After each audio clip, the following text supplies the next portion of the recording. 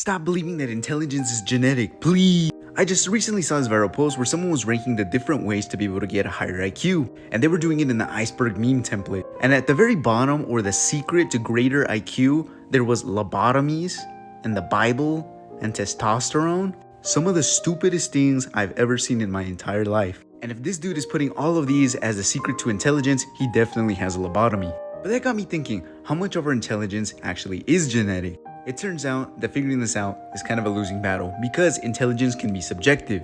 Now don't get me wrong, you can definitely tell between someone who's less intelligent and someone that's more intelligent, but what genetic factors are at play to be able to determine the person who is more intelligent is really in a gray area. And this is because the brain is so complex and so many little working parts that it's hard to determine which ones specifically work together and how they specifically work together to make someone more intelligent. But in theory, some of these genetic factors can make you have a greater general intelligence, which is basically the foundation for any other type of intelligence. Basically, your working memory, your fluid reasoning, your knowledge, your quantitative reasoning, and your visual spatial processing is all slightly better than someone else.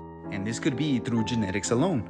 This doesn't make you some sort of super genius, it just gives you a much better structure or foundation to learn upon to make your intelligence greater.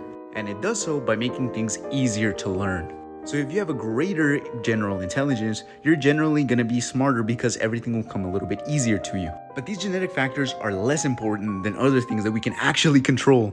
Things like our environment, our nutrition, activities, and our education play a much bigger role than our genetics. If you live in an abusive environment, get constantly malnourished, and also have no brain stimulation at all, that's going to affect your performance and your general intelligence so much more than anything genetic ever would. So it kind of doesn't matter where you start, what matters is how consistent you are if you do want to become more intelligent. I'm your science plug, follow for daily science content.